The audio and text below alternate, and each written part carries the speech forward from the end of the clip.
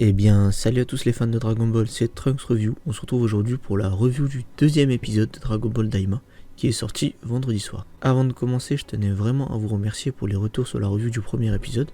Ça faisait plus de 3 ans que j'avais pas sorti de vidéo, je m'attendais vraiment à faire même pas 50 vues. Mais aujourd'hui, je pense qu'on est presque à 350. Honnêtement, je suis super content et ça me motive encore plus à faire des vidéos. Donc vraiment, si vous regardez cette vidéo, n'hésitez pas à la liker, à vous abonner si c'est pas encore fait. Et je réfléchis encore à des nouveaux concepts que je pourrais vous faire hormis les reviews, en espérant vraiment que ça va vous plaire. Alors comme d'habitude pour cette review, je vais commencer par un petit résumé de l'épisode, puis je vais donner mon avis avec une note. Par rapport à ce que j'ai pensé de l'épisode et de mon avis, je vais juste rester dans les grandes lignes. Le but de faire des vidéos, c'est d'avoir une sorte de trace pour chaque épisode. Je trouve ça assez intéressant, j'aimais bien quand je faisais ça pour Dragon Ball Super. Ça me permettait des fois quand j'oubliais ce qui s'était passé à l'épisode 4, 5, de revoir la vidéo. Et je pense que ça peut le faire aussi pour vous. Mais en tout cas, ce que je voulais dire, c'est que je vais rentrer plus dans le détail lors des lives que je fais normalement tous les dimanches soirs. Donc là, si tout va bien, normalement la vidéo, je vais réussir à la poster environ à midi, si je me dépêche pour le montage. Dimanche à midi, si tout va bien. Et le dimanche soir, on fera un live et c'est là où on rentre un peu plus dans le détail parce que j'aime bien voir aussi vous, votre avis. Donc c'est parti pour le résumé. Donc l'épisode 2 de Dragon Ball Daima commence avec Goma, Deku et Neva, surpris que Shenron ne puisse exaucer qu'un seul vœu, alors que eux de leur côté ils s'attendaient à 3 vœux. Shenron leur explique que cette faveur est réservée à ses habitués. Donc Goma il regrette de ne pas avoir souhaité obtenir le 3e œil démoniaque, on n'a pas forcément plus d'infos par rapport à ça, et il demande à Neva s'il peut recommencer son rituel afin d'invoquer de nouveau les Dragon Ball, mais il lui dit que c'est pas possible de le faire 2 fois d'affilée. Au vu de son visage à ce moment là, j'ai l'impression moi de mon côté en fait que c'est possible, c'est juste il veut pas. J'ai l'impression que ce Namek il fait un peu ce que bon lui semble. Et je vais revenir rapidement là sur cette règle des 1 vœu ou 3 vœux. Je trouve cette règle un peu bizarre pour ma part. Je vais pas forcément théoriser là-dessus, mais je serais pas surpris honnêtement si on apprend des nouvelles choses par rapport à ça. Je saurais pas forcément vous dire quoi, mais je serais pas surpris. Et de toute façon, je vais en parler un peu plus dans la partie où je donne mon avis. Donc malgré cela, Goma il est satisfait. Pour lui, Goku et ses compagnons sont désormais inoffensifs. Il décide alors d'enlever Dende, rendant ainsi les Dragon Ball de la Terre inutilisables. Il envisage ainsi de s'en servir comme levier de pression ou d'action en cas de besoin. Il va donc quitter la Terre avec Dende, Deku et Neva. Pendant ce temps, à la fête de Bulma, tous les invités reprennent leur esprit. Ils sont donc devenus tous des enfants. Goku et Vegeta, eux qui faisaient un combat dans les airs, tombent directement au sol.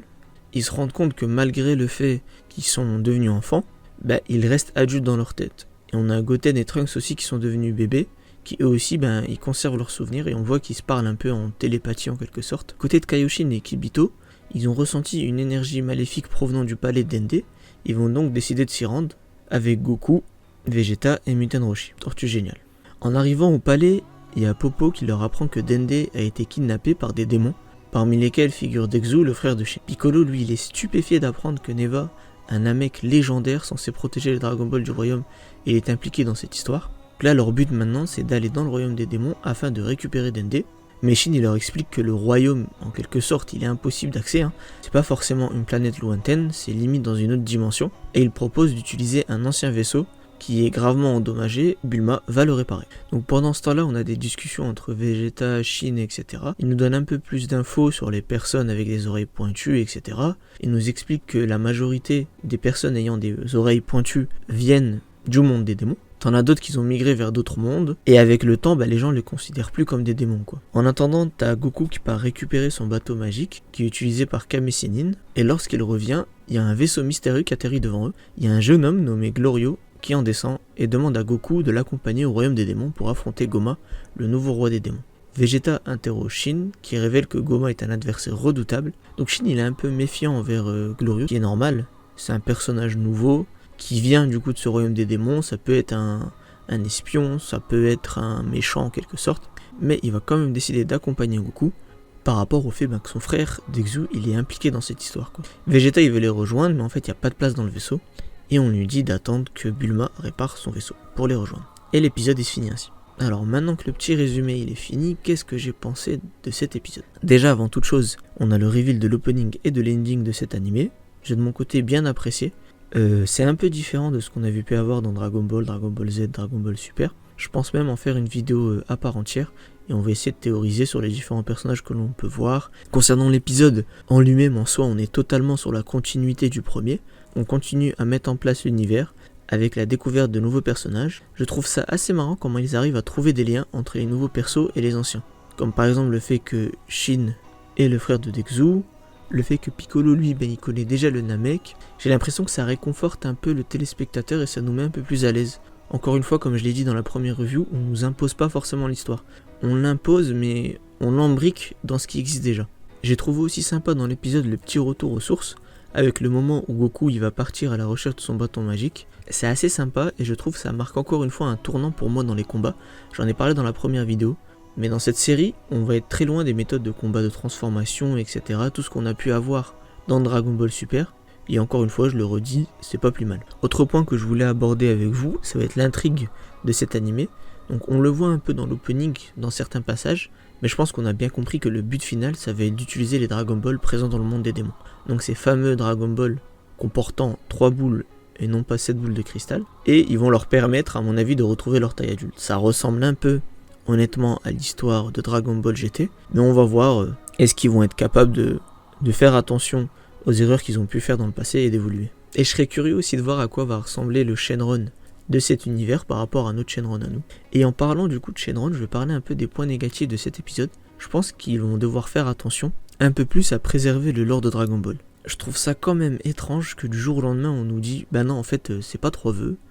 C'est un vœu, mais c'est juste parce que c'est pour les habitués que je fais 3 vœux. Ça c'est des choses qu'on n'avait forcément jamais entendues dans Dragon Ball Z, et ça fait vraiment partie de la base en fait. Au premier épisode on avait déjà eu l'histoire avec les Potara, comme quoi en fait bah non c'était pas forcément 1 heure de temps, mais c'était plus Boo qui les avait fait défusionner.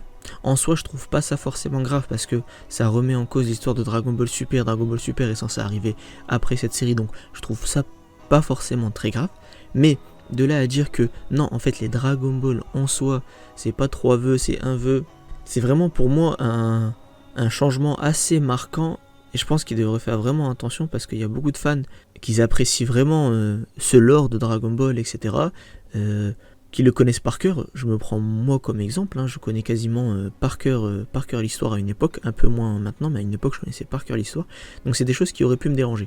Maintenant, forcément, c'est une nouvelle série, il faut avoir l'esprit un peu ouvert, on peut faire des changements, mais faut aller doucement quoi. À part ce petit point négatif, honnêtement, je suis assez content de l'animation, l'ambiance sonore, on a un petit peu des nouvelles OST, bon, ça passe, c'est pas forcément marquant encore une fois, mais bon, ça reste le début, je vais pas juger maintenant.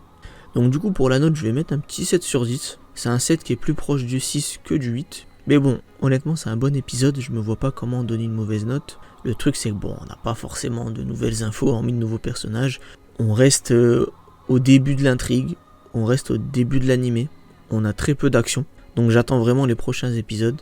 Donc voilà, c'était ma revue. Encore une fois, merci à tous pour la force que vous m'avez donnée dans le premier épisode. Si vous voulez vraiment qu'on rentre dans le détail, dans l'analyse, etc., honnêtement, quand je regarde les épisodes, ça m'arrive de prendre des notes. J'ai beaucoup de choses à dire, mais j'aime pas forcément avoir une longue vidéo.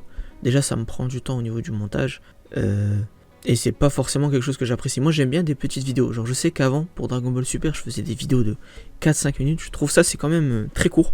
Maintenant, je vais plus partir sur un format où maximum, ça dépasse pas les 10-11 minutes de vidéo. À mon avis, celle-ci, avec le montage, etc., je pense que j'en serai sur 8-9 minutes. Ça me va, ça me plaît. C'est top.